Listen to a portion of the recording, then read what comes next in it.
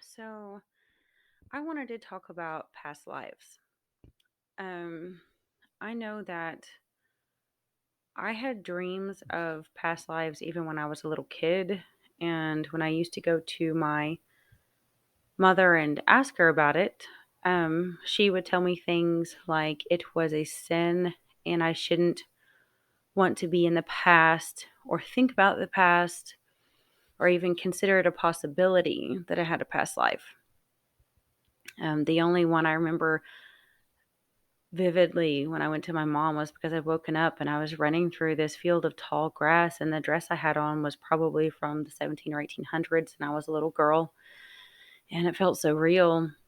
And I really just kind of knew even back then that past lives were real, right? And as I started to get older, I started having more and more dreams of ancient Egypt. And in one of them, I don't know, I was about 19 when I dreamt it. And it was like a voice even said, I'm sending you to Earth to learn a lesson. And it was almost like I was an angel and I was being sent down to ancient Egypt to start living human lives to learn some sort of a lesson, which is ironic because that's my name in this life is Angel. Um, I had 2 or 3 lives in Egypt, it seemed like back to back to back. And then it's blank. And I know I had dreams of kind of like the time period where people were dancing in like ballrooms. And I swear, I feel like it was in Germany or somewhere, what's modern day Germany. At that time, I'm not sure what it was called, but I remember these beautiful, elegant ballrooms and us spinning and dancing. And I had one dream I was a Native American, indigenous person in the Americas. The terms these days, it's that everyone has an argument on that one. But I remember this. I had a husband and his father both were arguing over if I was uh, fit to be a good bride. And the father said, she's like a wild horse who needs to be tamed. And I remember being by the water when I overheard the conversation. And I think I wanted so bad to run away. I think my husband had beaten me to death. And what freaked me out about it was because I had actually seen, um, I was probably again about 20 when I dreamed that one and went down to go see my brother in Houston. I wasn't living in Houston yet. And it was so strange because he wanted to take us to some punk shows downtown. And after all of that, we were somewhere downtown and they were asking if we wanted to eat at the Chili's. And I saw what looked just like that father and son. I mean, not only were they Native American, they still had the long hair and everything, and it was the same father and son walking into Chili's, and I was like, "Nope, I'm good. I don't need to eat." And the photographer who killed me when I was in the early 20s, I think, mid 20s, I'm not sure. Um, he ended up living kind of catty corner behind me. I remember like I dreamt about him killing me, and then the next day I walked out and I knew it looked like that guy. And sure enough, as he's driving by, he even revs up his truck really loud, almost like he knew that I knew, which really spooked me out.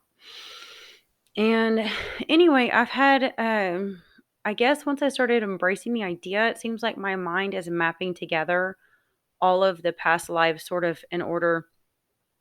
And I noticed this resounding theme, and the reason why I'm very afraid to want anything in this life. Not that you can't have wants or dreams or goals, but I mean, every life I've noticed that we all have something that we cannot have, and life is set up that way. You see these people that are like, oh, if you want it bad enough, you can manifest it. You're a god, blah, blah, blah. I mean, some of these people are so obsessed with ego and selfishness, they can't understand that we're not here to get whatever we want. We're here to learn lessons. We're here to grow. We're here to purify ourselves and refine ourselves in the fire of trial so that we're worthy of moving on to the next dimension. We're not here to get whatever we want. And oftentimes, whatever we want is an attachment. When we form an attachment, we become tethered to this dimension, and we end up coming back. You look at certain Buddhist monks and different people that believe in not having attachments. In a way, I feel like that's sort of copping out, where you're so afraid of having attachments that you don't really live or don't really love.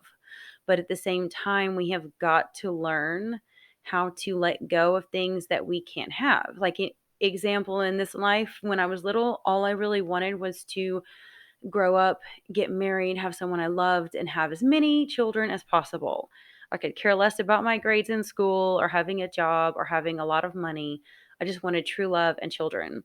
And I am very blessed that I have two kids, but they were horrifying pregnancies. The deliveries were also extremely, extraordinarily difficult. And as much as I really get along with babies and toddlers so well, and animals too, I communicate with those who cannot talk so much better almost than with those who can, through body language, telepathy, just that intuition that two souls share. Well, um, the thing is I would have loved to have popped out 5, 6, 7, 8, 9, 10 kids. I'm not kidding. Like, my grandmother had 5, and I looked up to her so much, and it was so easy for her. You know what I mean? She was one of those who could pop out a kid and be up the next day. And me, I had, hyperemesis gravidarum, where I'm vomiting 8 to 10 times within an hour. Had to be on IV drip more than once. The labor was horrifying. I could go into all that, but that's not what we're here for. So, but I know I've got to let that go. When I see cute little babies or I see couples that are in love, I'm like, I gotta let it go because I don't want to be attached and think I have to have that to be happy. I noticed some people come back because they think if they had ABCD, they'd be happy. And that's why they come back. Like, my most recent ex, he really thought he had to have me in the last life. And he got me, and he still wasn't happy. And actually, he got a lot worse than in the last life. And he's not going to learn his lessons because he doesn't remember. I do. Um, and the reason why I'm bringing this up is because I had these dreams all out of order, but once I started writing them down and looking at it in order, I realized they all had a resounding theme. Like, let's go back to late 1800s, early 1900s. I'm going to give you roundabout estimates. If the times seem off on when I lived or died, remember, these are from dream memories. These are not from me knowing the time perfectly. This felt like I might have died 1902 to 1905 from my husband pushing me out a window. um, he was kind of, I want to say, well off. He wasn't uber rich, but he came from one of those families where, he inherited just enough money, and he was working really, really hard to try to get more. He was gone most of the time. He was cruel. He was cold. He was not loving. And I I think he had like a cousin or someone come and stay with him. And because he was always gone, I actually ended up getting seduced by this guy and having an affair with him. And of course, the husband found out and he wanted to kill me. But he didn't right away. It was kind of like the fights were ensuing, and he sent away that cousin or whoever of his. And um, we were together for a few months, just alone, the two of us.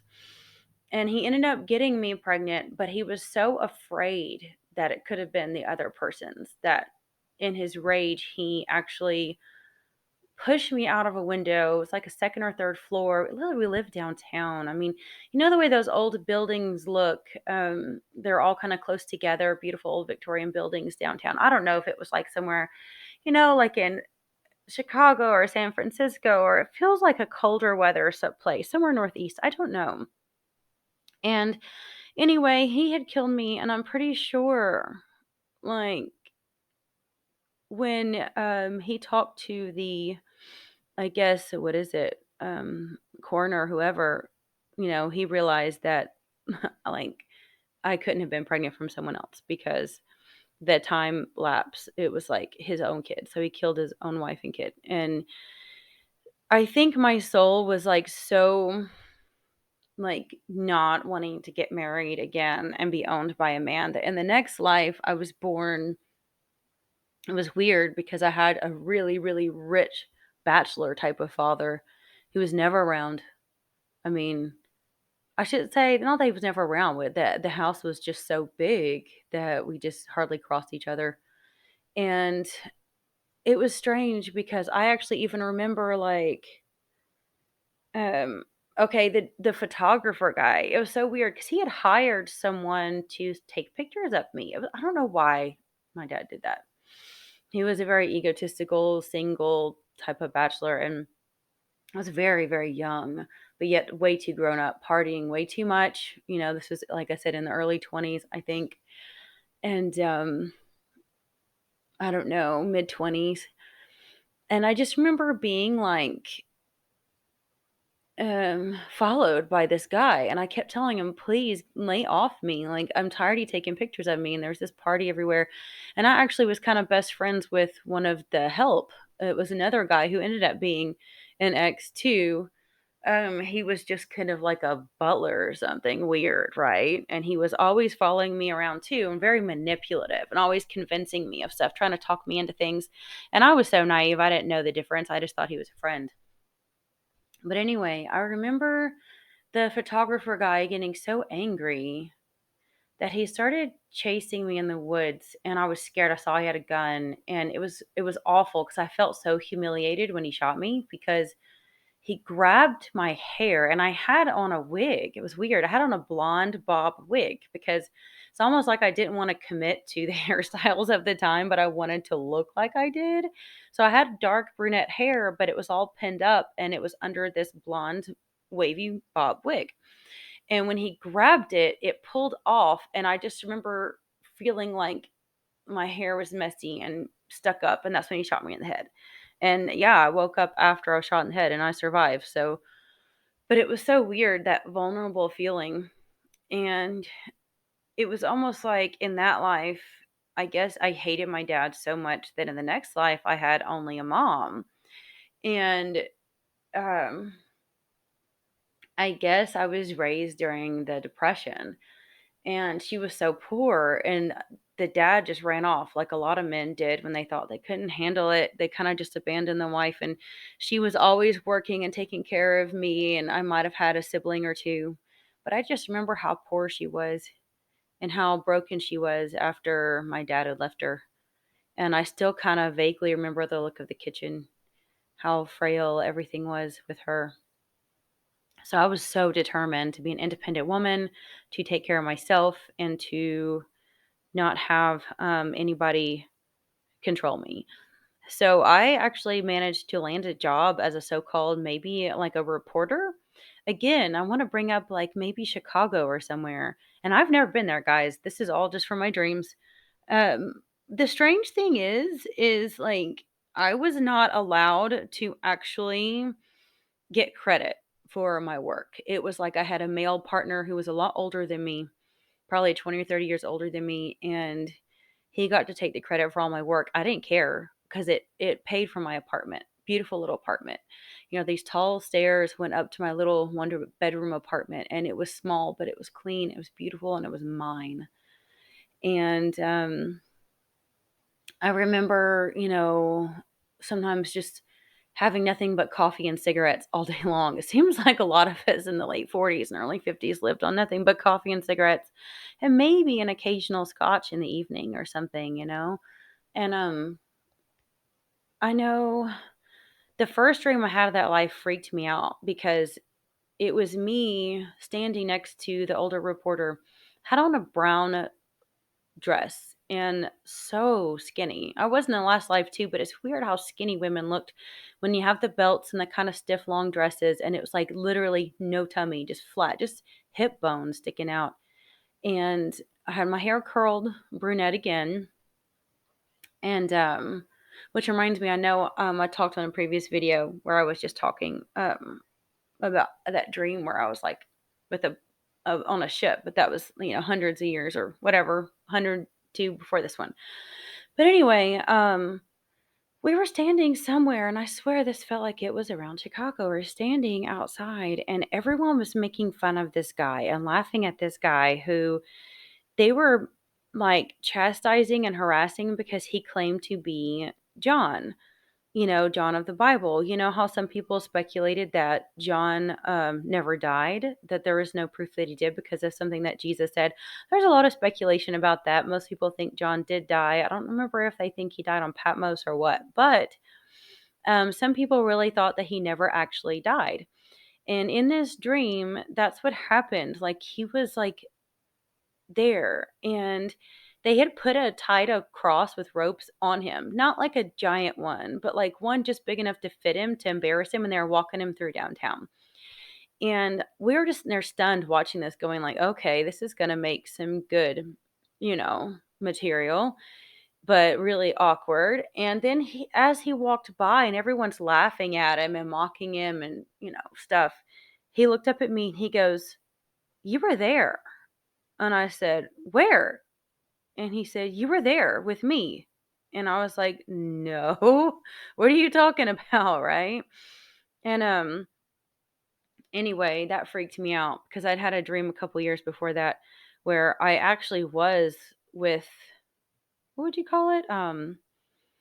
I guess with the people when Christ had been crucified. I don't remember seeing the faces or anything. I only remember me trying to escape, and they were all saying, "No, you need to have proof that you were here with us. You were a witness to this. You saw this happen."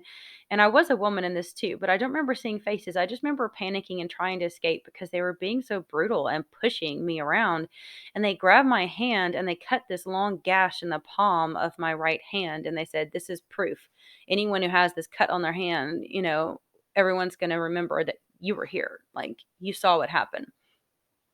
And so when I had that dream where this John said that, it freaked me out because I had also had a dream several years before too, where someone had been brought back from the grave. It wasn't like he ever died. It was just that, imagine someone who can't die and just stays in this, you know, constant state, was buried, but yet he was left like, underground for decades, and someone had brought him up and he was so shaky and sweaty, and he had handed me this letter. So when I saw this dream with him saying that I was there, I was like, "Oh no, oh hell no." And I think that, I mean, I know like there's like some shysters that go around now saying that they are John, the real John and all this stuff. But I just kind of like, I don't know. I mean, that according to their versions of past lives. And I'm like, okay, well, if you get to believe your versions of past lives, according to mine, John doesn't look anything like you, and he's still around somewhere hiding. So, um, anyway, uh, what was I thinking? So, where am I at? Okay. I know that is when I think I started to lose my shit and in that life. And I think I started to drink a lot, trying to figure out what's going on. My partner was not having it. He was like, "You need to quit thinking about all of this stuff, and just this is what happens when women start working too much. You need to just settle down and marry me, and everything will be okay." And I was like, "Yeah, no." And I think we had an argument, and I was running out in a panic, and I think a car hit me, and I think I died in hospital a few days later. So I'm not sure, like I said, exactly what town or anything, but I'm just giving you how my mind puts these pieces together. And keep in mind, even if none of these things were ever real, for some reason the mind doesn't know the difference. It has these memories for some reason, right? So let me go to the next life. That was the one where I was born an orphan. And I think that's because I didn't like my mom and I didn't like my dad. And so I was born without one. And this one, of course, I was born, I guess, in the early 50s. And I was an orphan. My mother was British, my father was German. And since they had me after the war, I think they were really, really poor. I think they had come to the US for safety at some point.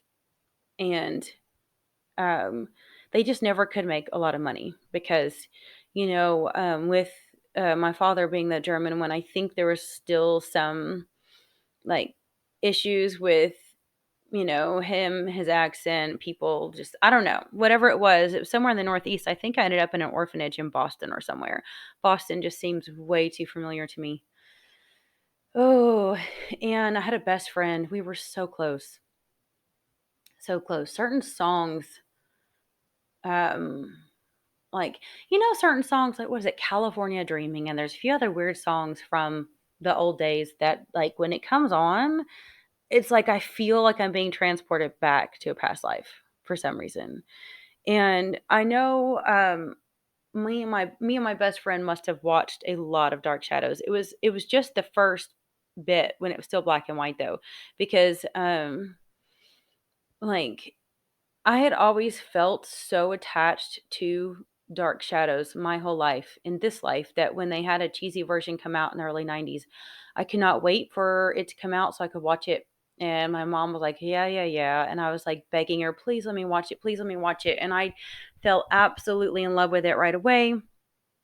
And they didn't have any more seasons because it was a flop. And then and my dad makes fun of me so much for liking Dark Shadows because it's so cheesy, and I'm like, "Yeah, like your Star Trek isn't super cheesy, where every freaking woman has their cleavage hanging out and they're all fucking aliens." But anyway, what was I thinking? When I found out I could watch Dark Shadows, on Roku, and it was sometime, I don't know, last year, year before that, I think. And the first time I put it on and the music, oh my god, I started crying. I started flipping out and I started fucking crying because that it was so familiar and I hadn't heard it in so long, and that was something that me and my best friend looked forward to every day. It was like it was a part of me. And even though it sounds cheesy, and I know Dark Shadows is a little cheesy and has a lot of mistakes, but that dark, eerie, comforting vibe of the first like season or so where it's like dreary and soothing and it feels like home to me.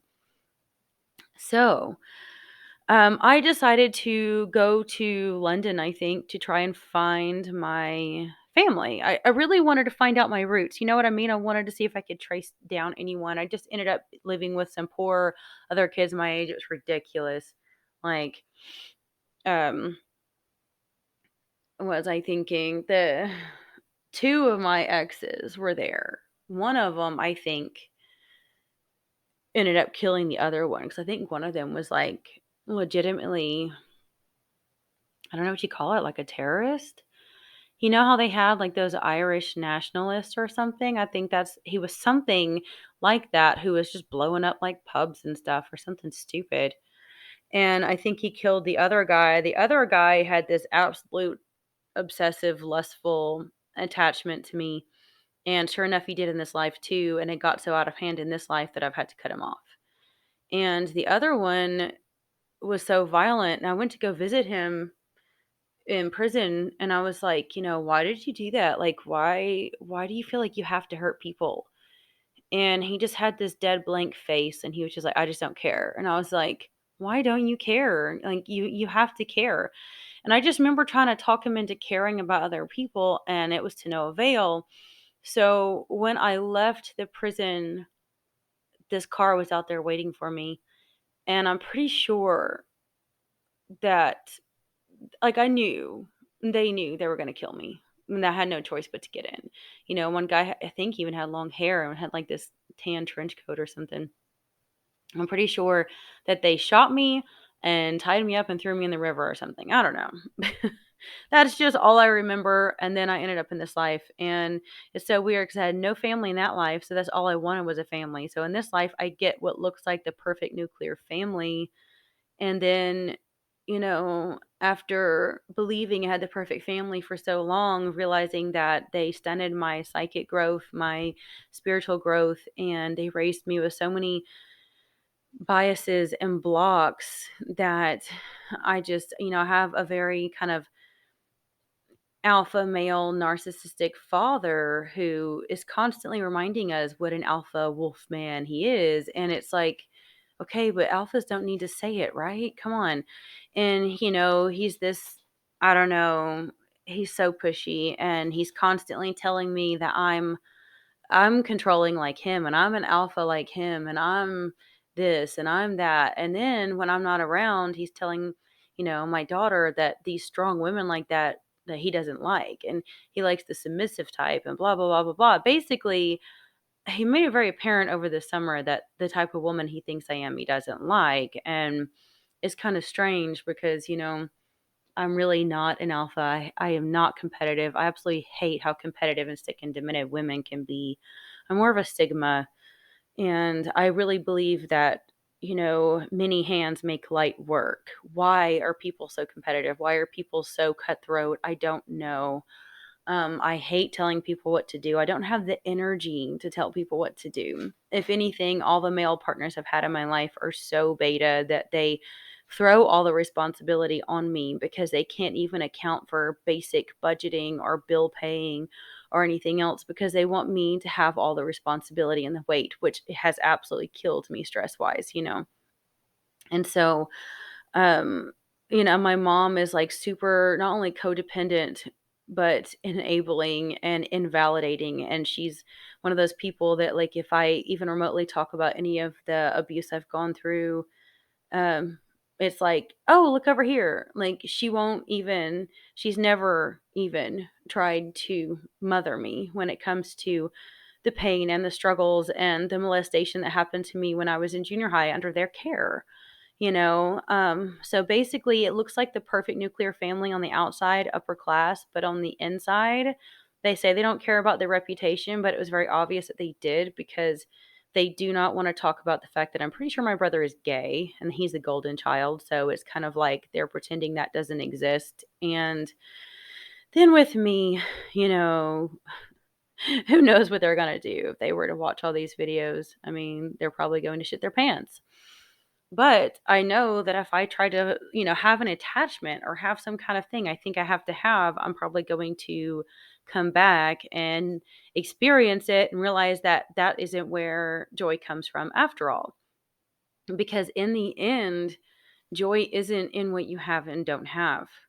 It isn't in manifesting through the law of attachment, attraction, and attachment. My God, they could be the same thing, couldn't they?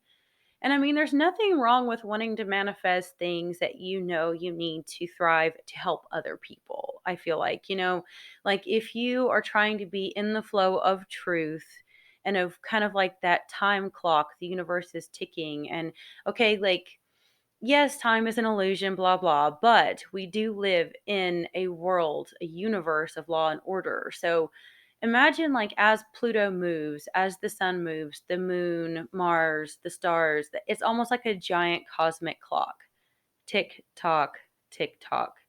And as it moves and shifts, we have a purpose that we have laid out in front of us. And I really, truly do believe that the biggest difference in between fate and destiny is our reaction to it. I think we all have a purpose that we're meant to serve. I think we all have lessons that we're meant to learn. And we have to have a goal of either leaving the world better off than when we came in it, or wash, rinse, repeat. Wash, rinse, repeat.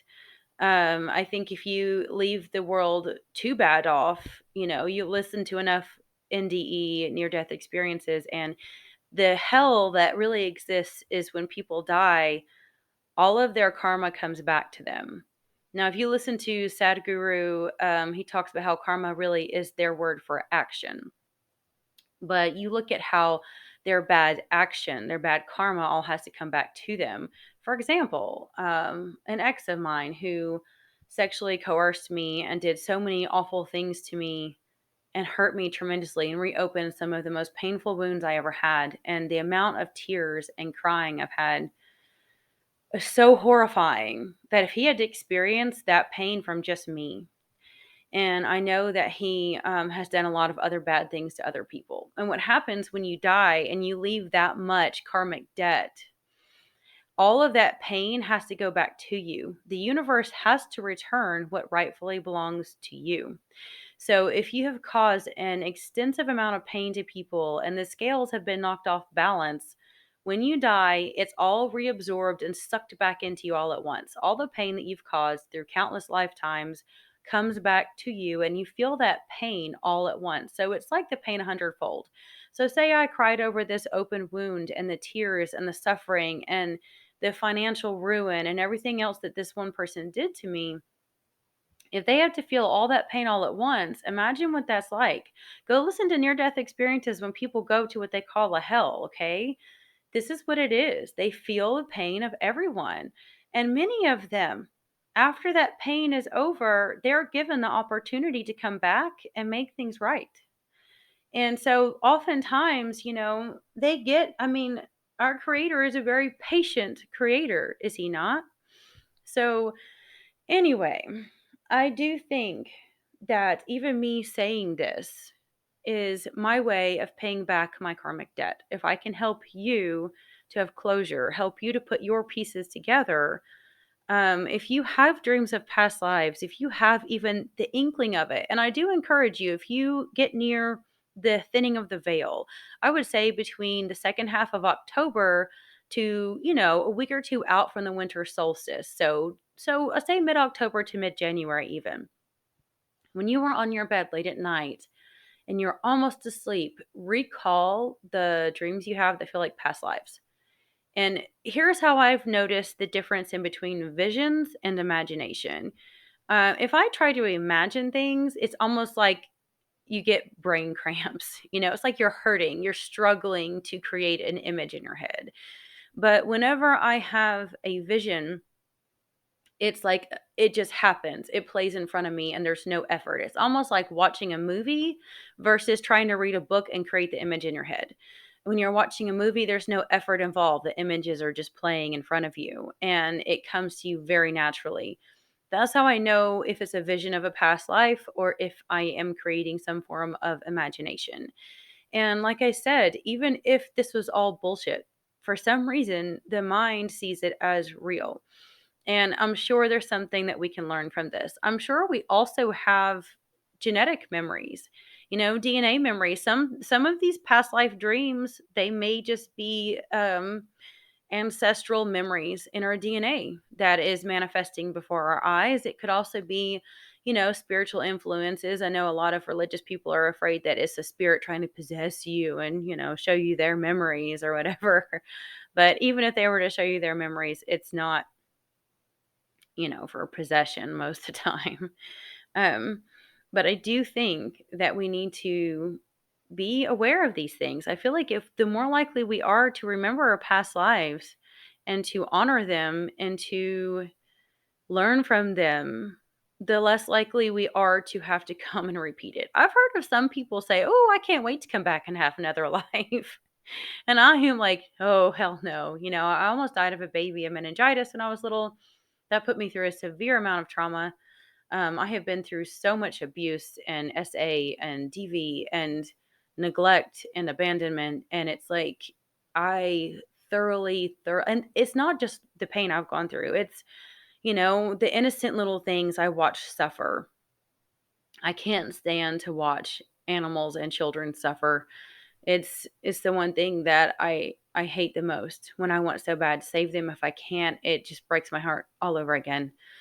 Um, but I will say that I'm really working on my karmic debt because I actually do not want to come back.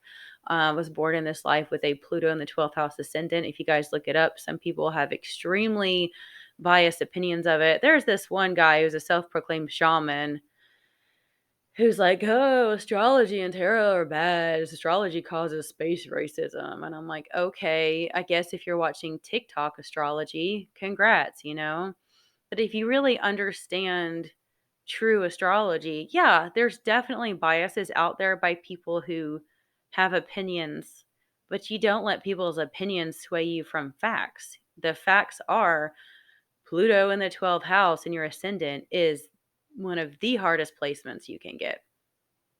And I have a lot of other placements in my chart that are some of the hardest placements anyone could ever have. I like having Neptune in the second house. Try getting away with not being scammed several times in your life with that in your chart, or people duping you out of money, or not paying you what you're worth, or using you for free, like being a free secretary for 2 years for a broker. where somehow you don't make any money, but you answer phones. And yeah, I mean, with my Neptune second house, I have had a lot of issues with that. But I will say that that's why I'm embracing my spiritual path, because about the best way to make money is to be in a spiritual business and or the arts.